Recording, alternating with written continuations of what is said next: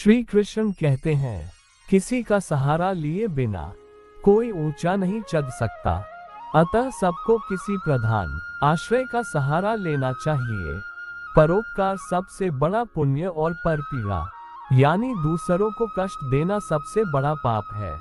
मैं सभी प्राणियों को समान रूप से देखता हूँ, ना कोई मुझे कम प्रिय है ना अधिक, लेकिन जो मेरी प्रेम पूर्वक आराधना करते हैं वो मेरे भीतर रहते हैं और मैं उनके जीवन में आता हूँ।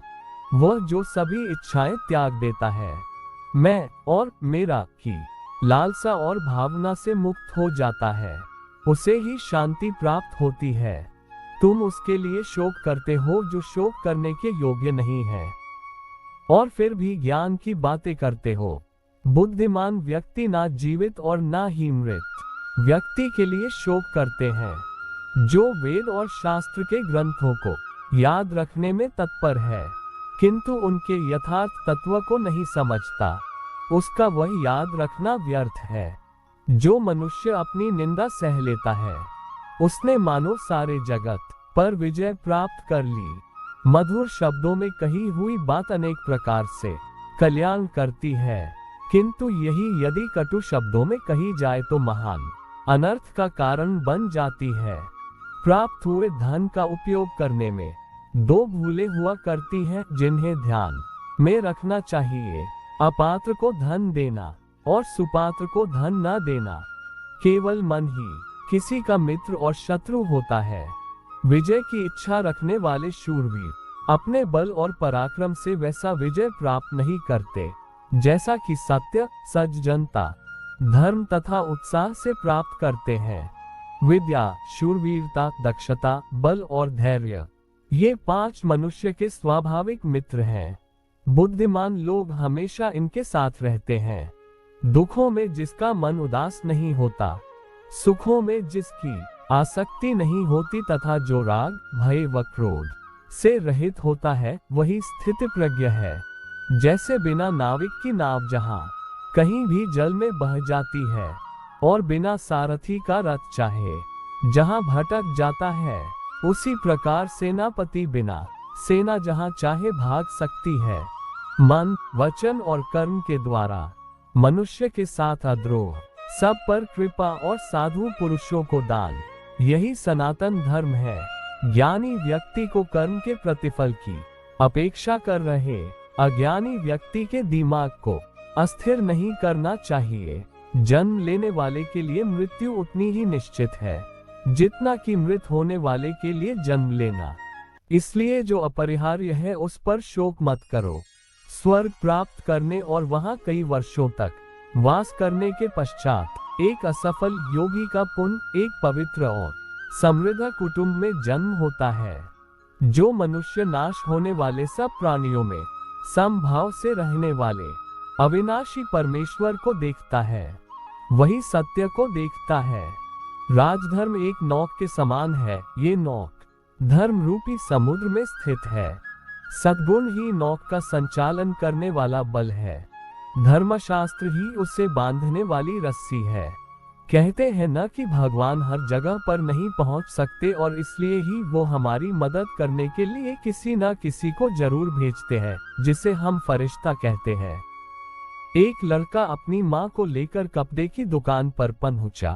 पहनावे से ही दोनों माँ बेटे गरीब लग रहे थे। दुकानदार ने पूछा क्या चाहिए। लड़का बोला माँ का जन्मदिन है इसलिए उन्हें साड़ी दिलवाने लाया हूँ। दुकानदार बोला आइए आप साड़ी पसंद कीजिए।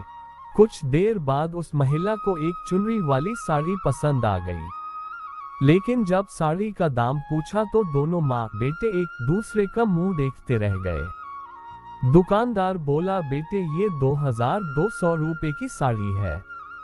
लड़का बोला मगर मेरे पास तो केवल 600 रुपए ही है। माँ बोली हमें दूसरी साड़ी दिखा दो साहब, इतनी महंगी साड़ी हम नहीं ले सकते हैं। फिर माँ दूसरी साड़ी देखने लग गई, किंतु बेटे का मन तो माँ को पसंद आई हुई वो चुनरी वाली साड़ी पर ही अटका था। लड़का दुकानदार को अलग कोने में ले गया। लड़का बोला, साहब हमें वह 2200 रुपए वाली साड़ी दे दो और 600 रुपए ले लो, बाकी पैसे के बदले में आपकी दुकान पर आकर काम कर दिया करूँगा। दुकानदार को लड़के का माँ के प्रति प्यार बहुत पसंद आया। वह बोला, अच्छा ठीक है, कल दुकान पर आ जाना, मैं तुम्हें बता दूंगा कि कितने दिन तुम्हें काम करना है। दुकानदार ने भरोसा करके वह चुनरी वाली साड़ी उन्हें दे दी। माँ को अपनी पसंदीदा साड़ी मिल गई, इसलिए वो बहुत ज्यादा खुश हो गई। बेटा भी अपनी माँ लिए बहुत खुश हुआ। अगले दिन लड़का समयसर दुकान पर पहुंच गया। बोला, सेठ जी क्या काम करना है? दुकानदार बहुत खुश था। दुकानदार बोला, कुछ भी नहीं करना बेटा, घर जा, कल जब मैं तुम्हें वो साड़ी देकर अपने घर पर पहुंचा तो देखा कि 2 साल से कोमा में पड़ी मेरी माँ अचानक ठीक हो गई है। तू तो मेरे लिए फरिश्ता है बेटा, तू हमेशा तेरी माँ से इसी तरह प्यार करना और उसकी आंखों में कभी भी आंसू मत आने देना। आप जब दूसरों के लिए कुछ अच्छा सोचते हैं और दूसरों का अच्छा करते हैं तब आपके साथ भी सब अच्छा ही होता है। हमें सिर्फ अच्छे कर्म करने हैं, उसके फल का टेंशन नहीं लेना है। ऊपर वाला हमें जरूर हमारे किया का दुगना वापस करके देगा। आप जैसा दूसरों के साथ करेंगे, ठीक वैसा ही भगवान आपके साथ होने देंगे। अगर आप दूसरों का अच्छा करेंगे तो आपका भी जरूर अच्छा ही होगा। इसलिए दूसरों का अच्छा करते रहिए और खुश रहिए। अपनी दृष्टि सरल रखो, कुटिल नहीं। सत्य बोलो, असत्य नहीं। दूरदर्शी बनो, अल्पदर्शी नहीं।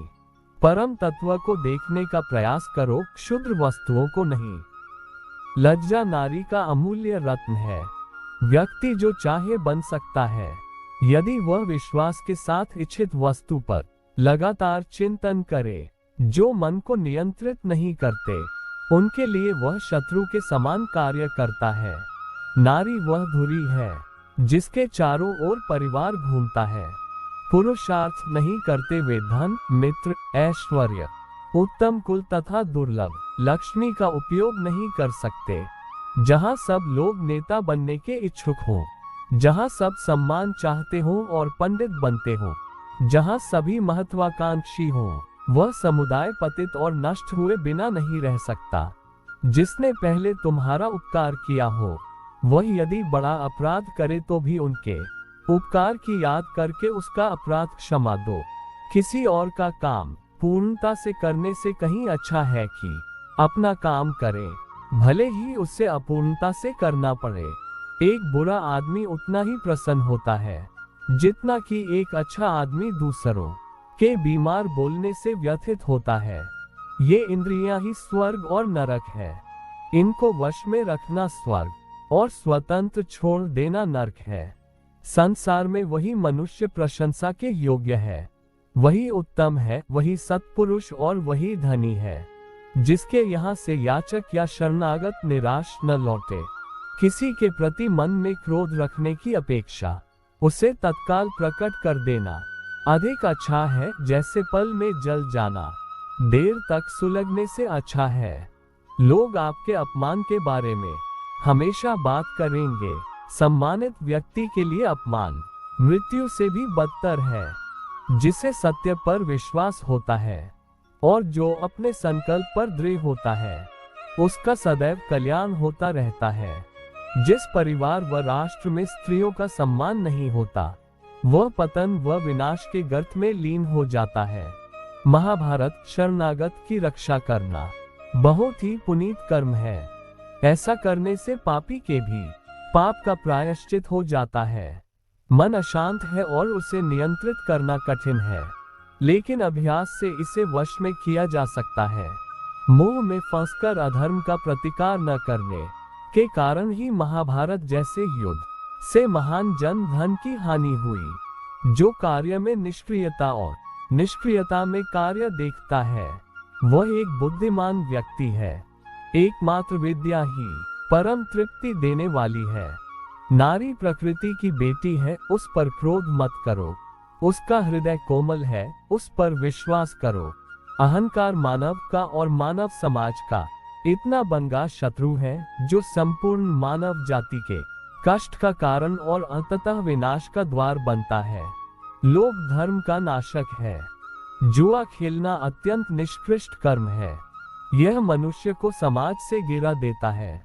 सदाचार से धर्म उत्पन्न होता है तथा धर्म से आयु बढ़ती है। एक बार दो बहुमंजिली इमारतों के बीच बंधी हुई एक तार पर लंबा सा बांस पके एक कलाकार चल रहा था। उसने अपने कंधे पर अपना बेटा बैठा रखा था। सैकड़ों हजारों लोग उस कलाकार को देख रहे थे। सधे कदमों से तेज हवा से जूझते हुए अपनी और अपने बेटे की जिंदगी दांव पर लगाकर उस कलाकार। अगर आपको हमारी वीडियो अच्छी लगी हो तो अपने दोस्तों के साथ भी शेयर कीजिए और कमेंट में जरूर बताइए कि कैसी लगी हमारी वीडियो। दोस्तों आज बस इतना ही, मिलते हैं फिर एक नए वीडियो के साथ। तब तक के लिए अपना ध्यान रखें। जय श्री कृष्ण।